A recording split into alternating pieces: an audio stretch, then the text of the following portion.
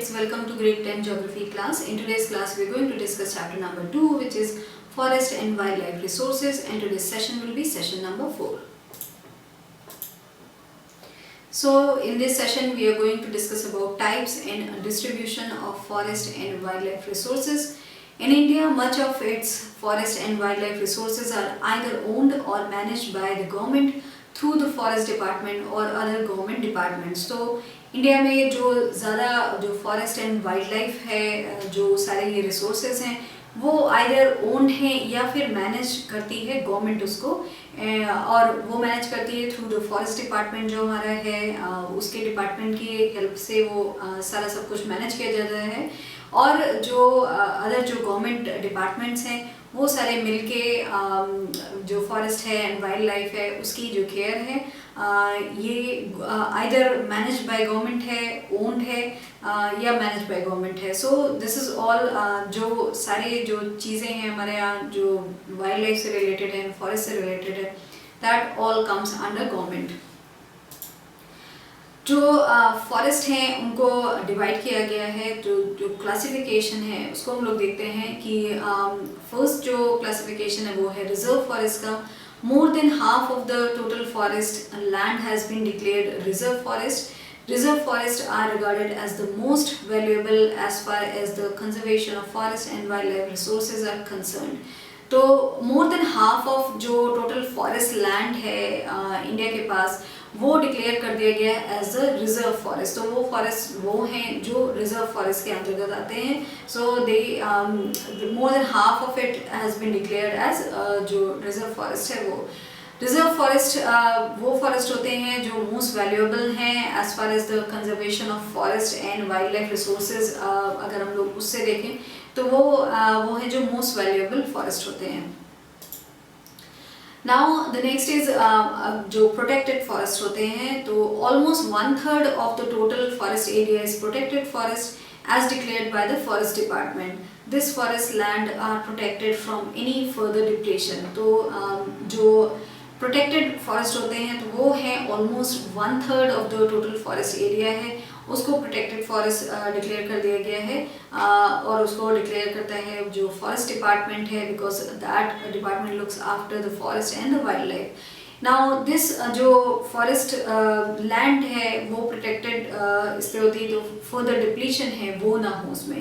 That's why they are protected and they are called protected forest. Now unclass जो forest हैं, these are other forests and wastelands belonging to both government and private individuals and communities. तो जो unclass जो forest हैं वो area of the forest है और wasteland है जो belong करता है either the government और जो private individuals हैं उनको, या फिर जो communities हैं, बहुत सारी community हैं, they live in the forest and their whole life is dependent on the forest and the wild life. तो बहुत सारी ऐसी कम्युनिटीज़ हैं तो वो वहाँ पे लैंड को ओन करती हैं. So either they are owning the land और द गवर्नमेंट, और जो प्राइवेट जो इंडिविजुअल्स हैं वो ओन करते हैं. सो दिस जो अनक्लास फॉरेस्ट हैं ये वो फॉरेस्ट एरिया है या फिर वो वेस्ट लैंड जो होता है वो है. Now reserved and protected forests are also referred to as permanent forest estates, maintained for the purpose of producing timber and other forest produce and for protected reasons. Now जो timber हम लोग को मिलता है, वुड जो आप लोगों ने देखा होगा कितना सारा जो वुडन आप चीज़ें देखते हैं, even if you look around in your home आप देखेंगे बहुत सारा वुडन की चीज़ें आपको मिल जाएंगी, इवन डोर्स हैं वो वुडन होते हैं. So all this wood and timber it comes from the forest, वो कहीं और से नहीं आती है, it has to come from the forest. तो इसके लिए ये सारे रिसोर्सेज हम लोग को रखना बहुत ज़रूरी है, because we depend on for all these things we depend on the forest. तो ये जो रिजर्व्ड एंड प्रोटेक्टेड फॉरेस्ट हैं they are also referred to as permanent जो फॉरेस्ट स्टेट्स हैं वो भी इनको बोला जाता है, एंड वो मेंटेन किए जाते हैं फॉर द पर्पस ऑफ जो टिम्बर प्रोड्यूस किया जाता है, एंड ऑल्सो बहुत सारे अदर जो फॉरेस्ट जो प्रोड्यूस हैं. वी हैव ऑलरेडी डिस्कस की बहुत सारी कम्युनिटीज़ हैं उनकी lives whole life depend on the forest. तो फॉरेस्ट से बहुत सारी और भी चीज़ें हैं जो we get from the forest only. Lot of medicine जो हैं वो फॉरेस्ट से मिलती हैं। तो for the timber and other जो फॉरेस्ट प्रोड्यूस हैं उनके लिए we have to protect those forest की, जिससे बिकॉज ये जो the resource that we have, अगर इफ़ वी आर डिप्लीटिंग तो वो एक दिन देयर इज़ अ चांस कि हम लोगों को we don't have that much quantity that we want. Madhya Pradesh has the largest area under permanent forest, constituting 75% of its total forest area. तो मध्य प्रदेश जो है वहाँ पे लार्जेस्ट एरिया जो है फॉरेस्ट का वो अंडर जो परमानेंट फॉरेस्ट है उसके अंतर्गत आता है, and it is constituting almost 75% of its total forest area. तो अगर बच्चों आप लोग मध्य प्रदेश में गए हो, यू मस्ट हैव सीन कि वहाँ पे फॉरेस्ट एरिया बहुत है, it's full of forest everywhere, you see कि हर जगह वहाँ पे बहुत ज़्यादा फॉरेस्ट एरिया दिखेगा। सो मध्य प्रदेश जो है वहाँ पे जो largest has the largest area under permanent forest है, एंड 75% ऑफ इट इज़ जो है टोटल फॉरेस्ट एरिया जो वहाँ पे है वो अंडर परमानेंट फॉरेस्ट आता है। Jammu and Kashmir, Andhra Pradesh, Uttaranchal, Kerala, Tamil Nadu, West Bengal and Maharashtra have large percentages of reserve forest of its total forest area, whereas Bihar, Haryana, Punjab, Himachal Pradesh, Odisha and Rajasthan have a bulk of it under protected forest.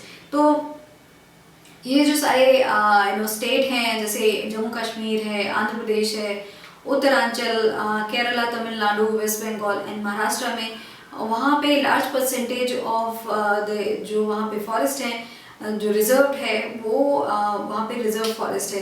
And जो if we talk about, if we come to जो हमारे other states हैं जो कि Bihar, Haryana, Punjab, Himachal Pradesh, Orissa and Rajasthan है, वहाँ पे जो बल्क ऑफ द फॉरेस्ट है वो प्रोटेक्टेड फॉरेस्ट के अंदर आता है। So that is the difference कि अदर स्टेट्स में जो ये बिहार, हरियाणा जो हम लोगों ने अभी बात करी इन स्टेट्स की, वहाँ के जो फॉरेस्ट है that comes under protected forest. Now community and conservation कैसे होता है that we will discuss now. Conservation strategies are not new in our country. We often ignore that in India forests are also home to some of the traditional communities. तो जो conservation strategies हैं वो that is not new to our country. Conservation strategies बहुत पुराने time से चलते आ रहे हैं। तो हम लोग mostly we ignore that हमारी इंडिया में फॉरेस्ट में they are also home to जो फॉरेस्ट है that area is also home to some of the traditional जो communities हैं वो वहाँ रहते हैं। So there are a lot of communities that solely जो हैं they survive on forest and they live their whole life in forest. They have no connection with the outer world, से उनका कोई connection नहीं होता है। So there are a lot of communities जो हैं बहुत सारे tribes हैं who lives in the forest and they belong there and their whole life is there. So we often ignore कि इंडिया में ऐसे भी बहुत सारी communities हैं। If we are living in the city बच्चों तो we don't go ऐसे places में we don't go and we haven't seen कि वहाँ पे there are some tribes, there are some communities जो वहाँ पे permanently they live there only.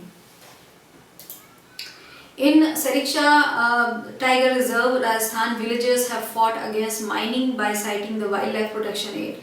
तो जो सरिस्का टाइगर रिजर्व है विच इज़ इन राजस्थान, वहाँ पे विलेजर्स ने उन्होंने फाइट किया अगेंस्ट माइनिंग, उन्होंने फाइट किया citing the wild life protection act जो है तो उन्होंने उसके अगेंस्ट फाइट किया। In many areas villagers themselves are protecting habitats and explicitly rejecting government involvement. तो बहुत सारे एरिया में जो विलेजर्स हैं they are themselves protecting जो habitat है उसको वो खुद ही protect कर रहे हैं because they understand the value of it, because they have lived there and their whole life is there, so they understand the value and they are protecting themselves जो habitat है तो वो अपने आप ही वहाँ का जो एरिया है उसको वो लोग प्रोटेक्ट कर रहे हैं और वो जो गवर्नमेंट का जो इन्वॉल्वमेंट है उसको वो रिजेक्ट कर देते हैं because they have lived there, they know how to protect it and they are doing it by themselves without any help from the government. The inhabitants of 5 villages in Alwar district of Rajasthan have declared 1200 hectares of forest as the Bhairavdev Dakav sanctuary, declaring their own set of rules and regulations which do not allow hunting and are protecting the wildlife against any outside encroachment. तो जो inhabitants है वहाँ 5 villages हैं अलवर जो district है राजस्थान में, वहाँ पे उन्होंने डिक्लेयर कर दिया है जो 1200 हेक्टेयर्स ऑफ फॉरेस्ट है उसको उन्होंने एक जो भैरवदेव दाका वो नाम उन्होंने दे दिया है। एंड वहाँ पे उन्होंने अपने set of rules they declared their own set of rules to protect जो वो एरिया है वहाँ पे। एंड वहाँ उनके अपने खुद के रेगुलेशन है which do not allow hunting, तो वो हंटिंग को बिल्कुल अलाउ नहीं करते, but they are protecting the area, they are protecting everything in it by themselves and they have their own rules and regulations for that. And वो बाहर का they are protecting against any जो outside encroachment है उसके खिलाफ they are just protecting the area by themselves. तो communities which are living there in the forest and the wildlife, they are doing all that by themselves also without any interference from the government. The famous Chipko movement in the Himalayas has not only successfully resisted deforestation in several areas but has also shown that community afforestation with indigenous species can be enormously successful. तो जो famous जो चिपको movement है वो जो हिमालय में उसने दिखाया कि सक्सेसफुली जो डिफॉरेस्टेशन है उसको किस तरीके से रोका जा सकता है, उसको किस तरीके से रेजिस्ट किया जा सकता है। एंड ऑल्सो बहुत सारी कम्युनिटीज़ उन्होंने दिखाया कि एफॉरेस्टेशन किस तरीके से कर सकते हैं। So this is how if communities get involve in all of these things वो डिफॉरेस्टेशन को रोकते हैं। And also if they are protecting their forest, their wildlife, so it will be better even for the government and also for the communities who are living there, क्योंकि बहुत सारी communities हैं live there and this is if everybody works together with the government, then all these things could be very much possible. So this is all that we have discussed in this session कि किस तरीके से जो conservation है forest का in wild life का वो हो रहा है and what has been done by the government and how some of the communities are doing it by themselves, even they are not taking any help from the government. तो बिना किसी help के government के जो communities हैं वो भी जो है वो प्रोटेक्ट कर रही है अपने फॉरेस्ट और वाइल्ड लाइफ को. So this is all that we have discuss in this session. Thank you.